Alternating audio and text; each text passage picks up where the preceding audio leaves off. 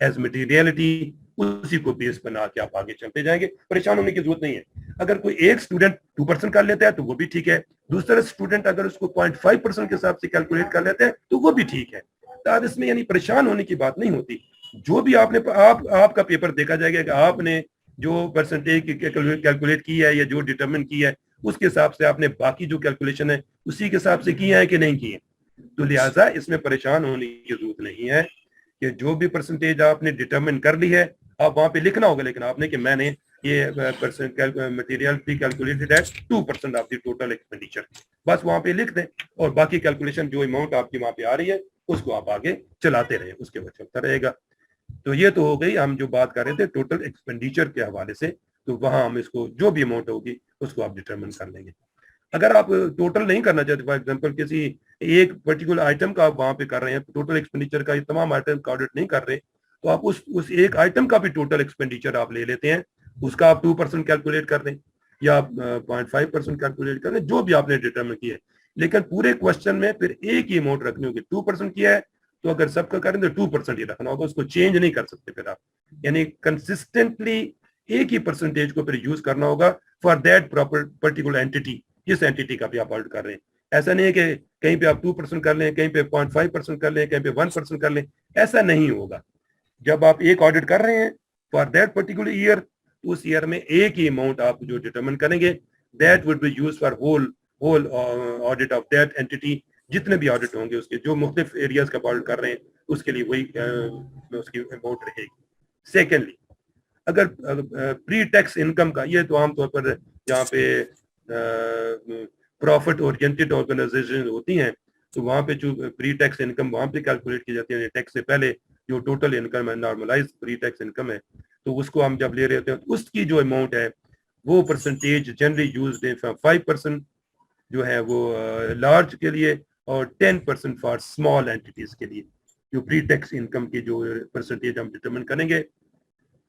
چونکہ یہ profit oriented public sector entities ہوتی ہیں, مثال کے طور پر یہ اگر ہمیں آرڈر دیا جاتا ہے کہ یوٹیلیٹی اسٹور کا آپریشن کا آپ نے آرڈر کرنا ہے تو وہاں پہ یہ چیزیں ہم استعمال کرتے ہیں پھر وہاں پہ. یا اگر آپ کو کہا جائے کہ جی پی آئی اے کا اپنے آڈٹ کرنا ہے فار ایگزامپل, تو پی آئی اے میں چونکہ وہ پروفٹ اورینٹڈ ہے تو وہاں پہ اگر ہم نے پری ٹیکس انکم کو ہم بیس بنانا چاہتے ہیں تو پھر پری ٹیکس کے حساب سے ہم یہ پرسنٹیج جو بھی آپ جس میں آپ آڈیٹر کو ڈیٹرمن کر کے اپروو کروانا ہوگا پہلے, اور جو بھی ایک اماؤنٹ لے گا تو اسی اماؤنٹ کو پھر سب چیزوں کے لیے اس کو کیلکولیٹ کرتا جائے گا. سر یہاں پہ ہمیں اسٹوڈنٹ کہہ رہے ہیں آواز کم آ رہی ہے, بھی کم آ رہی ہے. میں